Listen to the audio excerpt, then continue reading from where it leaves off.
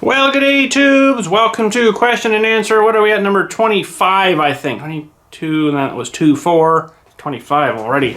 Holy smokes. I'm sitting on a very uncomfortable motorcycle here. Hopefully I don't go over. And we are going to answer some questions. Let me pull them up here. We got a few today. And we are starting, let's let her load here. We are starting from June 9th. I didn't do one for a wee while, so I've been kind of holding them. I haven't really been getting a lot of questions, so I've been kind of stocking them up, we'll say. So the first one here is from James. It says, hi Bill, hope you're keeping well. We're good here. I see the frost buggered your garden as it did ours. Yeah, that was a while ago, that's right. The Roma tomatoes took a hit. Oh, that's not good. We actually lost, I think, one tomato. It burnt it right to the ground. And then all of a sudden, like, a couple weeks ago, I noticed that it was like coming up again, but the other ones are like really tall and this one's only like this, so it'll probably make it, but I don't know, it might be a little stunted. Okay, I'm trying to get comfortable. It's not very comfortable sitting on a motorcycle sideways. Wondering if you're still interested in banging this wood chipper together with me. Oh, you've probably already done that now, I imagine. A collaborative video. My trails are starting to close in as the undergrowth takes over, so I'd like to put it into service ASAP. I'm on holidays right now. My next day back to work is June 18th. So I'm sure you've already probably done it. So I missed it. I'm sorry if I did. We've been just swamped here with stuff. I can't really get into details, but holy cow. I was going to say last Saturday, we had 6 burials to do. It was insane. So anyways, I think what's happening is with us here now is the COVID stuff is starting to come in now. People have already died and they've had them cremated or whatever. And now all of a sudden they're wanting to bury them. So now everything's coming in busy for me. So anyways, if you haven't done it, let me know, but I'm sure you have by now. Says we could do it here at my place, or I could come to you if you like that idea more. Either or, doesn't really matter to me. We need your tools for assembly. Oh, I think he's got a wood chipper kind of like mine that goes on the PTO, 3-point hitch. So that is from James. But James, let me know if you have done it or not yet. And if not, well, I'm sure you have already, but if not, well, we'll try to get together. Starting to slow down here a bit now. The grass is kind of slowing down too. We've been going crazy cutting too, right? So anyways, the next question is from June 13th. And this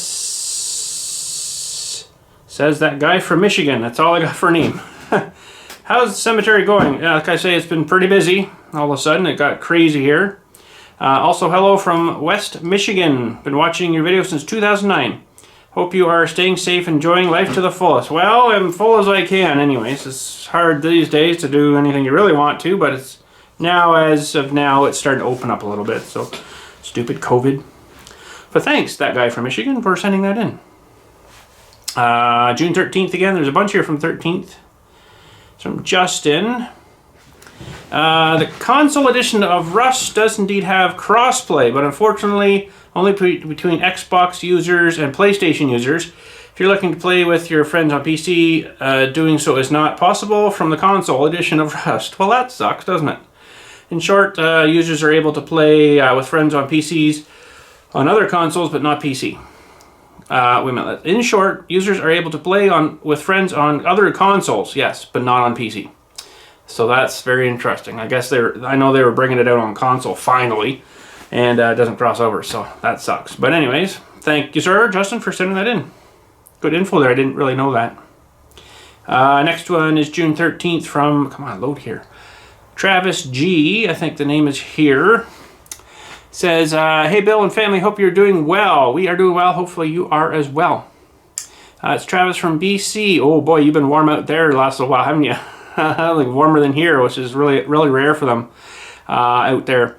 Thanks for your great content. Keep the videos coming. Well, I'm trying my best, but I'm getting older, unfortunately, and I need a haircut apparently. That's coming soon because it's too hot right now.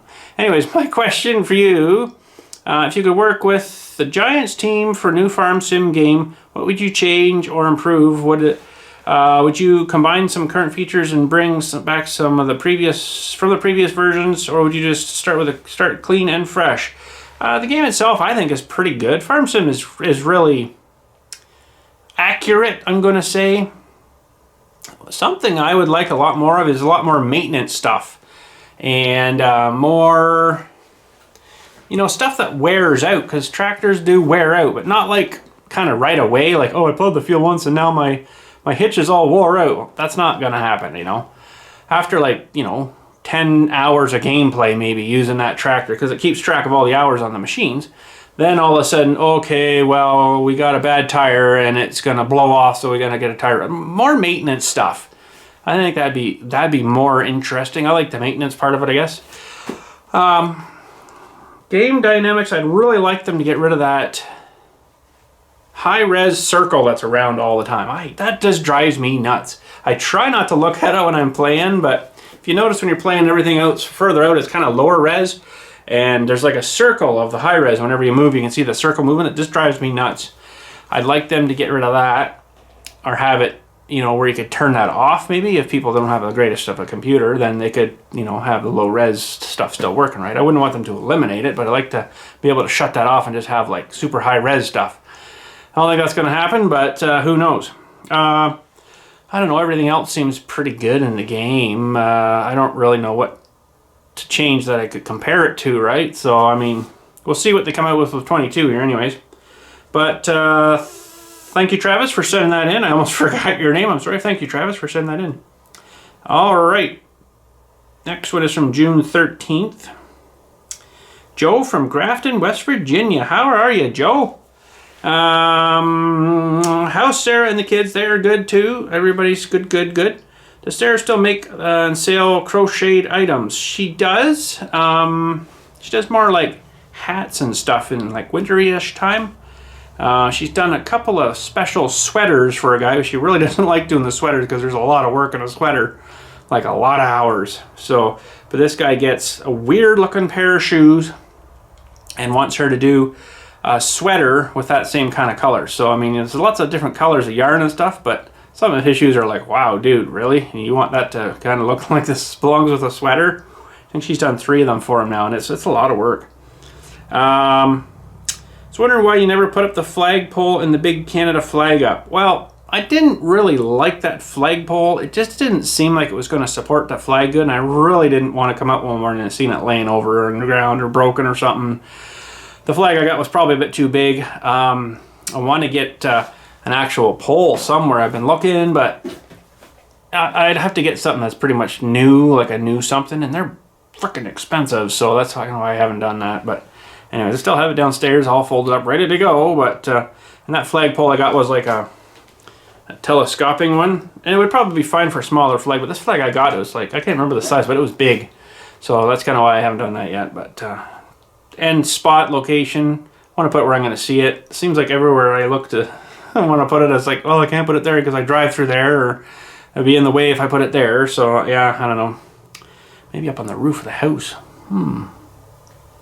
But if you're gonna try your this is a good one, are you ever gonna try your smelter? So way back when I made videos down at the other garage, we actually poured a smelter, and you can't really see it, but it's actually right there. Can you see it behind my wrench set? It's still, wait a minute, wait, go wrong way, there, right there, that's it there. It's still there, and actually I'm lying to you, I have used it. You're never gonna believe what I used it for. It wasn't for metal. That's it there, that looks like a bucket, and the lid we poured for it. And I've got a couple of little crucibles somewhere I made here. Somewhere, is it here or is it down there? It was here. Yeah, there it is there. That's the little crucible-y thing I made for it.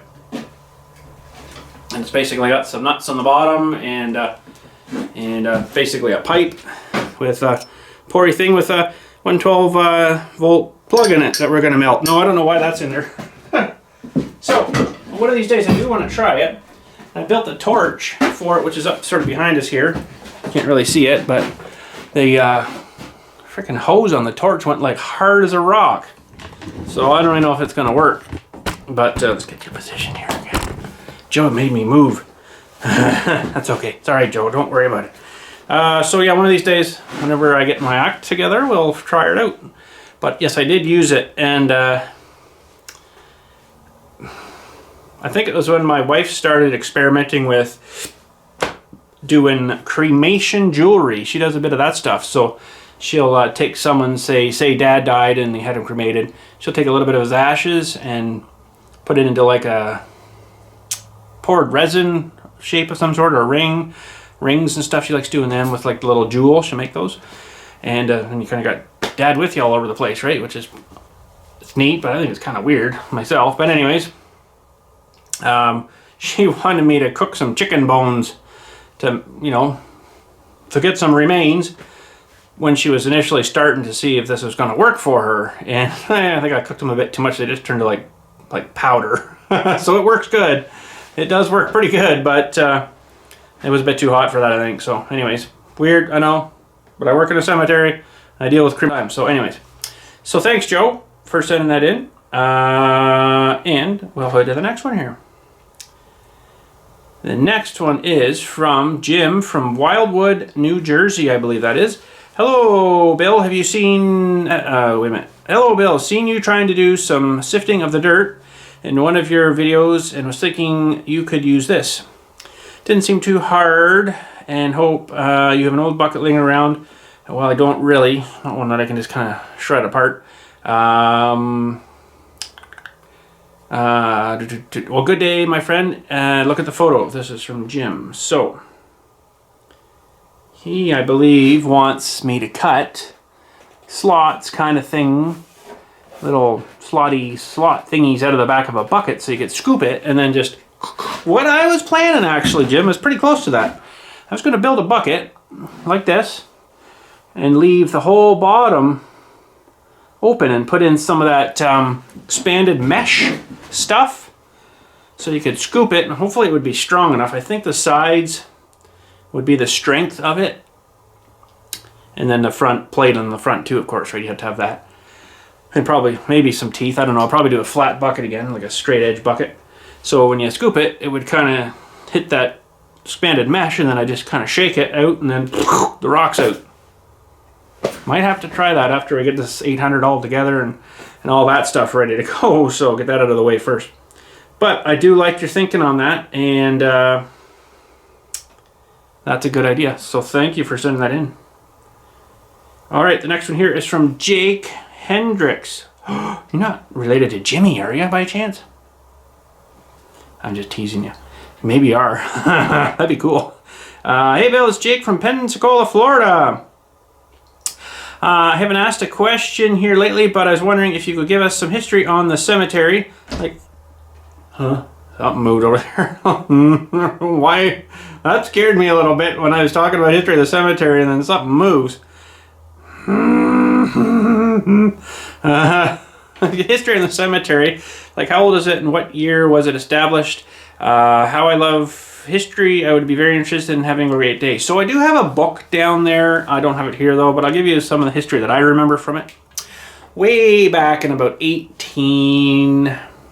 opened up about 1864-ish here. Somewhere and around there. Minus a few 10 or so years, whatever, I'm around there.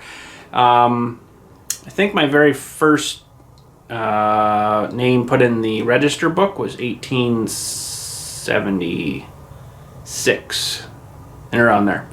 Where people went at before that, I don't know. I guess just in the backyard, and that was it. And that was when they kind of established cemeteries as you probably should put people here instead of just in the back 40. So anyways, way back when Orangeville was small, like really small, like there was 3 cemeteries, different church groups, I guess, right? So way back then there was 3 cemeteries. They had one actually where the post office is now, uptown, which is actually right next to the monument company that has been there for that long. So that would have been interesting to see that back then, because there would have been a monument sale company place beside the cemetery way back. I think that's right anyways. So there's one there. I'm not too sure 100% where the other 2 were. But basically that was like the edge of town. So you had the monument works, I guess, and then some of the downtown stuff. You guys have seen the downtown videos. We've been up and downtown for a few times there. So it's basically like the old downtown where you've got like the storefront on the ground level, and I think there's 2 like 12-foot high ceiling apartments buildings housing above them. Massive, huge places. So the town was basically downtown there, where they used to trade cattle and stuff all over the town, which was kind of neat. And then, you know, everybody had their huge awnings hanging out. It would have been neat to see. Dirt roads, really wide though, like probably back then, what is that from curb to curb? It's at least 50 feet. So it was a wide road for back then. But they did all the cattle trading and stuff, right? So that's why they needed all this room, I guess. And wagons and all this stuff, you know, and blah, blah, blah, and lots of people and no COVID, which would have been nice. Other things, though, I'm sure they had. But anyways, so, yeah, so it was like the monument works and then the cemetery, and that was country after that. God, I'd love to see that. It is so built up here now. I'd love to go back. I'd love to go back 100 years even, just to see what the town looked like. It would be, I think, so more peaceful than it is now. There's no worry about people and stupid things they're doing and just people being stupid. I know I said that twice, but people drive me nuts. Anyways, so that was the edge of town. Now, things started to grow, and then all of a sudden they're starting to get housing and more businesses and stuff kind of at the cemetery area there, and then further, and they're like, ooh, we've all got dug wells here. What happens if something contaminates our water? So they made a big decision to exhume all the bodies from these 3 cemeteries, and they didn't have this place here then. That was like probably, well, early 1870 to 74, I'm going to say they're probably thinking of doing this. So they had to find a place. This was actually a farm here, and someone's farm would have been neat to see that way back, you know, and it was farmland. There's not much topsoil, so I don't know what they grew here, but anyways, that hasn't changed. So they, I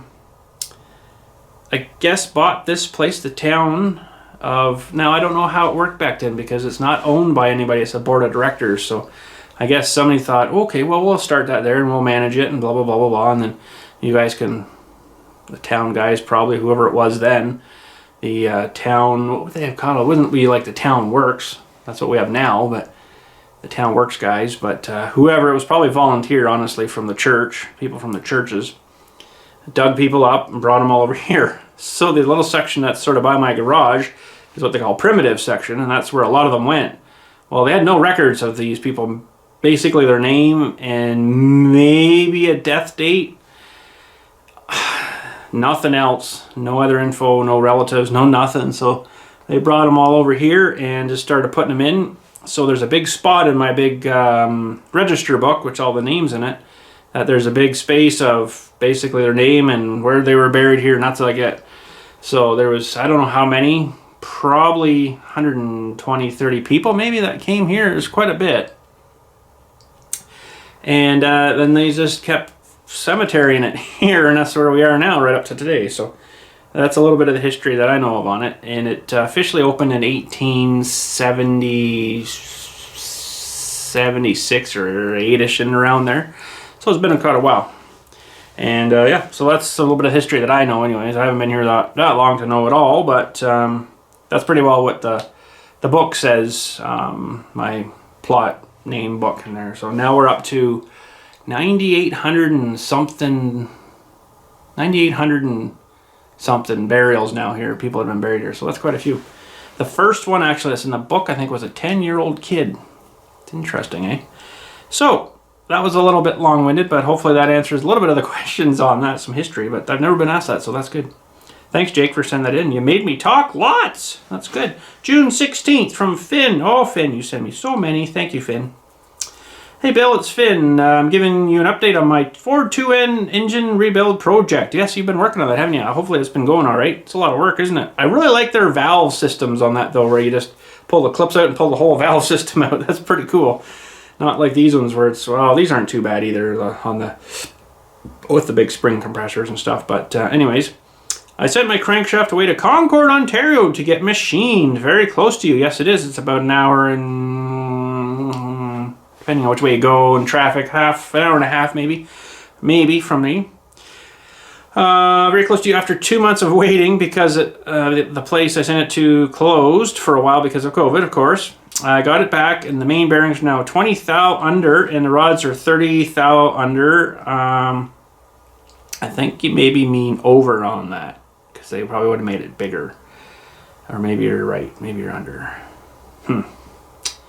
Anyways, all of the parts are here now, and now to put together, I will keep you updated. Here are some pictures. If you can't remember the crank looked like before, here's some pictures if you can't remember what the crank looked like before and now. So there's a picture of all his parts he's got. Ready to rock on the table.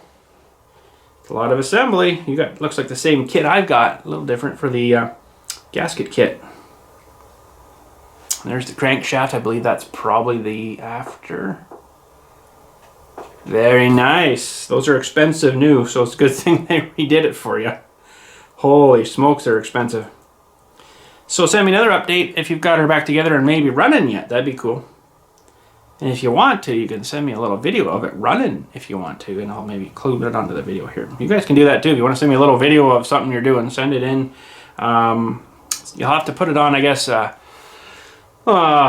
would we do that? Some kind of, I think the best way was if you had a YouTube channel, which I think most of you do, you could upload it there and just leave it unlisted and send me the link to the unlisted one, and I can download it through that video. So, thank you, Finn, for sending that in. All right, June 21st from Scott. This is Scott from Pennsylvania. I was wondering if you've ever noticed any increase in burials at your cemetery this past year with COVID going on. Actually, absolutely none more than kind of normal. I had one confirmed COVID case, and it wasn't even from around here. But I think a lot of people were having their loved ones cremated and then taking them home, and then they're going to do stuff after, because we've been busy with cremations like a lot. So anyways, also, can you skip over answering this if you don't like? Is there any updates on the situation with those dogs and your chicken? Nothing. There's absolutely nothing we can do. They got away with it. It's freaking ridiculous. Holy crap, I can't believe them people. They're apparently crack addicts, and they have no clue how to freaking manage a dog, so they get out all the time. They've attacked their neighbors. How these dogs honestly are still alive, I don't know. They're lucky the cops showed up, because I probably would have put him in a hole somewhere. I got lots open all the time, right? But anyways, no, I don't think we're going to be able to do anything, and plus it would cost us more in legal fees than we'd probably get out of it anyways, so they're not going to do nothing about it likely. So I know at one point you mentioned legal action. Yeah, I don't think we're going to follow up with it, because like I say, it's just not feasible, I guess. So I don't think any lawyer's going to want to take on a case like that, because they'll really get nothing out of that either, right? So, but thanks, Scott, for sending that in. And we're getting close to the end. 1, 2, 3, 4 left. So the next one here is from Nicholas Somerville from June 24th. It says, hi Bill, can you please play some more Boom Beach and keep up the great work? Actually, Boom Beach, I've dropped Boom Beach now. Once they went to, what the heck was that called? It was a different game mode where you could attack like other people's bases, and you had to do it in like a, you had to beat them attacking your base. I just didn't like that.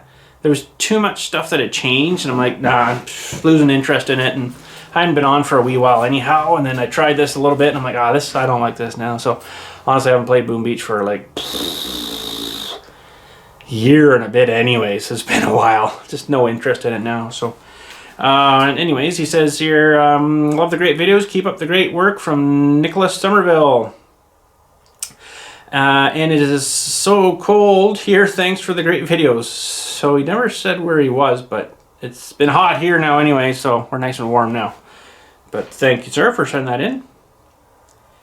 Now, this is from Tom from Michigan. Next one here from July 3rd, so we're getting more up to date here now. Bill, why not put up a bat house near the workshop to address the mosquito problem?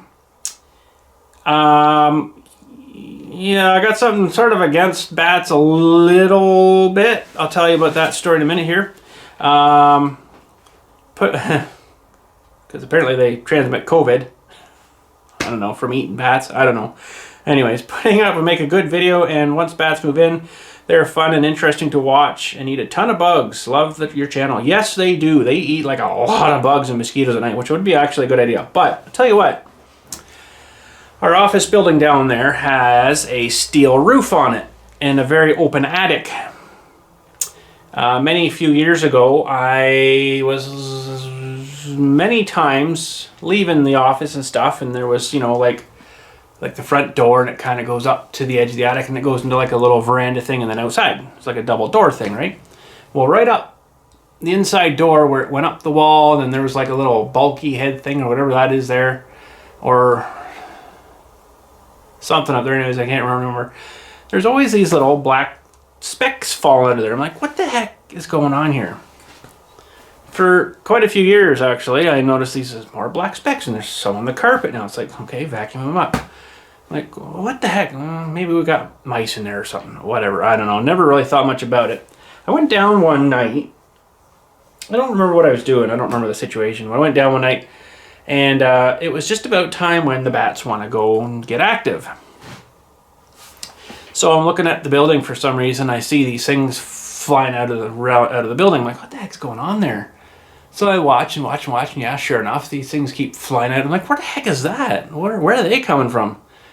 Well, no, this was a issue of, I guess, whoever did the steel roof way back. They cut the peak at the very end, so the peak of the roof, and then this is like a wall thing. They cut this a bit too short on this corner here, and then they're just like, oh, we'll just silicone that in. So they had a big glob of silicone in there. The freaking bats chewed through that and got right in through there and into the attic. And there was lots of them. So we have a drop ceiling in it. So I pushed it up one day, and I can't remember what I really see now, but I'm like, oh, that's not good. You couldn't see them like hanging up there, but you could see like, you could feel the weight on like that tile thing, and then there's insulation above it. And it was like heavy. I'm like, that's not good. So I think I actually had somebody come and look at it, and they're like, oh, you've got bats in your attic. I'm like, really? What? Yeah, you've probably had them in there for quite a while. It's kind of a good thing you called us, because it wouldn't have probably be too much longer with all the poop and guano or whatever they call it landed on your insulation that it would just through, and it would have been a heck of a mess. So anyways, they had to basically have the whole entire building stripped because bat guano is really, really bad for you, like really bad, and carries a lot of diseases, like probably COVID or something. So yeah, they had to strip that entire building right down to the brick basically, and it was like really stupid hot when they were in the attic.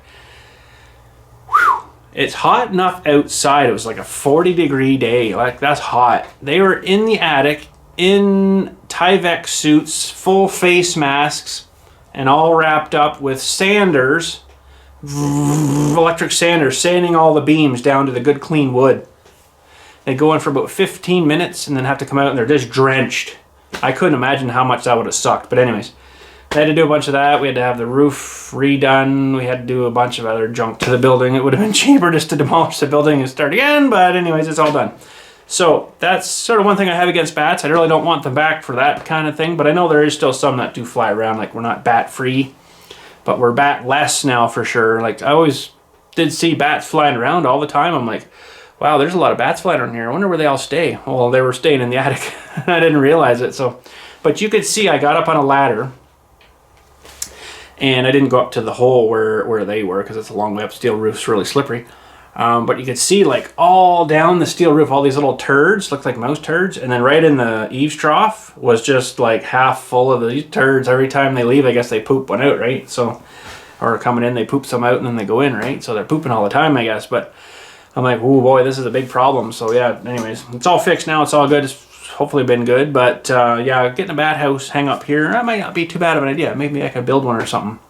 Find some plans. I know they're only like really thin, but they're kind of, you know, wide-ish and then fairly tall, and they just kind of climb up into the middle, and then I don't know how many would stuff themselves in there, but I know you got to get them up really high on the south side so they're nice and warm.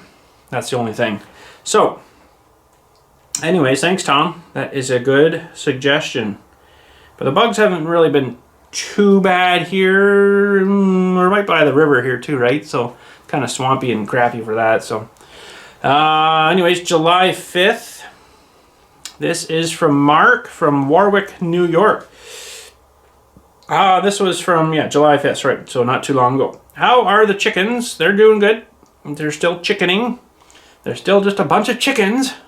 They won't run out and cross the street. Why did the chicken cross the street? I don't know. That's old jokes, right? But anyways, Boris is good too. Says, how's Boris? Boris is good. We're going to hopefully get Boris out whenever I get this 800 back together and do our little tractor show that I wanted to do for like a while now. What's your setup for your PC? And no more SnowRunner. Oh, you don't like the SnowRunner? I didn't think it was much different than the other game. What the heck was it called now? Anyways, you guys know the other one. I don't know. SnowRunner was, yeah. It's alright, but it's just a game you don't play a whole lot for too long. What's my setup for my PC? So it's like an i7 47 something another, 32 gig of RAM. It's got a GeForce 1080 Ti. I think it's got, can't remember how many gigabytes on it. It's a fair bit though. Works good for rendering videos like this one. Does it really quick. It's just got a normal ATX case. Can't remember the motherboard we put in it, but it's a pretty darn good one. And yeah, it turns on and runs. That's about all I know. I remember when I built it, but I can't remember all the specs of it right now. So anyways, no more SnowRunner, eh? Okay. I agree with you, I think, on that. So thanks for sending that in. I think our last one here today is from Rusty. Do you like Rusty? Better.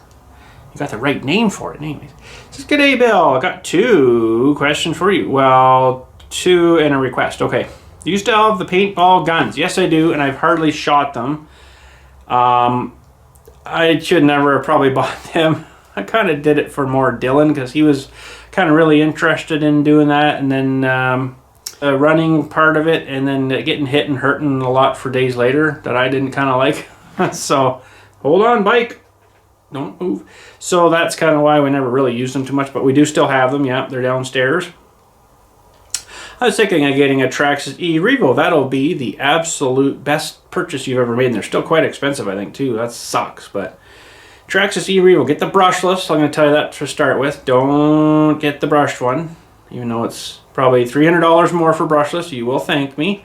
Perhaps a walkthrough of yours. So mine is buried downstairs right now. I should really get it out, but I don't know what shape my batteries are in. You're going to need some good batteries too, some good LiPo batteries, and a good charger. So, thanks for your super content on your channel and for your dedication to your family and friends. That's Rusty from Michigan, another Michigan.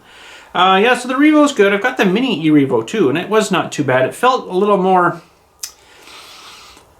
I didn't say tender, but I'm thinking a little more fragile than the big E-Revo, and I really like the big E-Revo, except it, God, it was fast. If you put 2 3-cell LiPos in it, it'll like wheelie on demand. You could be going like half throttle and then punch it, it'll still like whoosh, and like just like you'd be going like this and then punch it, it'll just whoosh, and like gone. It's all over the place. It's got so much power with that Mamba Monster, I think, was in it.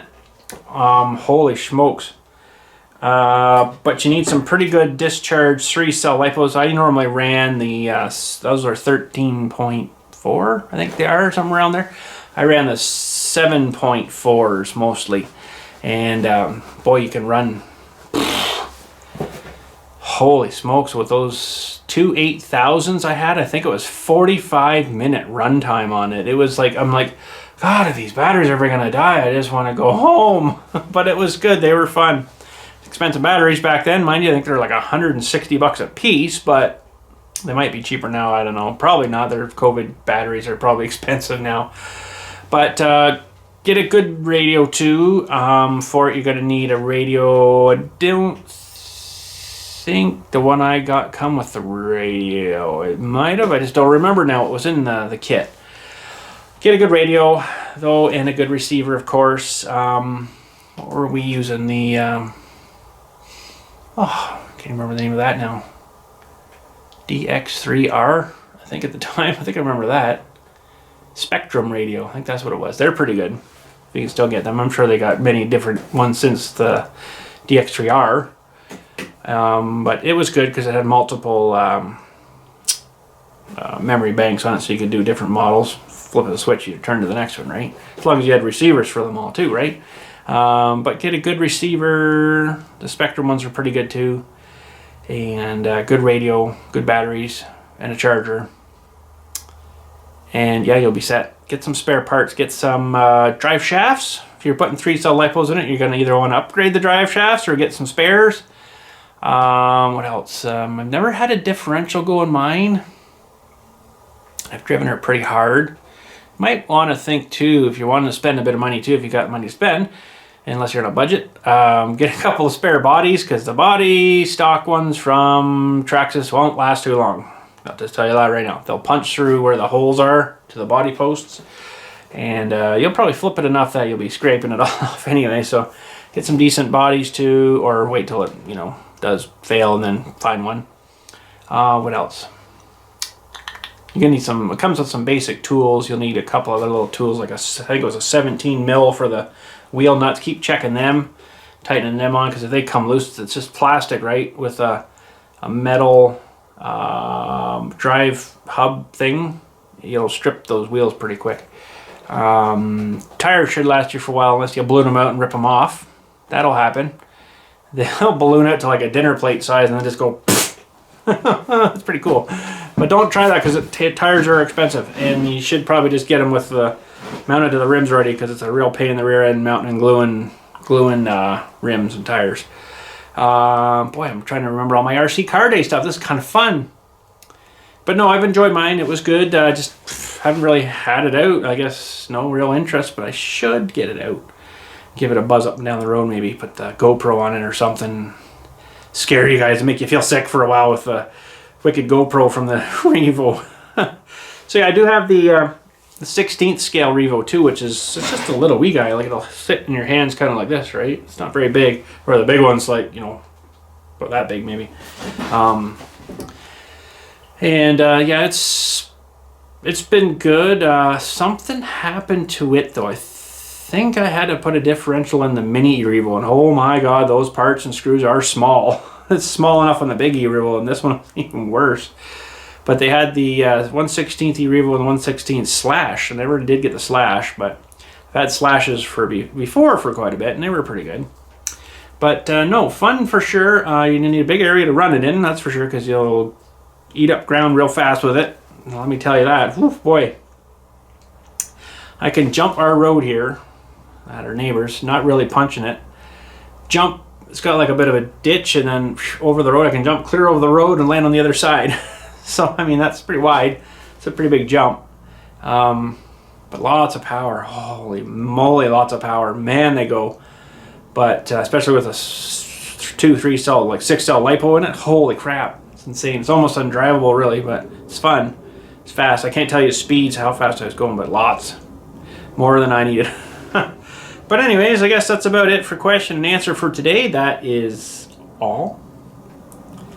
And there's 0 inbox. So thanks again for watching. We'll catch you all later. And if you got any questions, like these lovely people that sent me questions, the email address is in the description there and in the title as well. So send an email out, and we'll set it out. And if you want to send, like I say, the video stuff, you can do that too, and I'll maybe punch it in on the end of the videos, or on the end of the video kind of thing, right? If you want to do that. If not, that's fine too.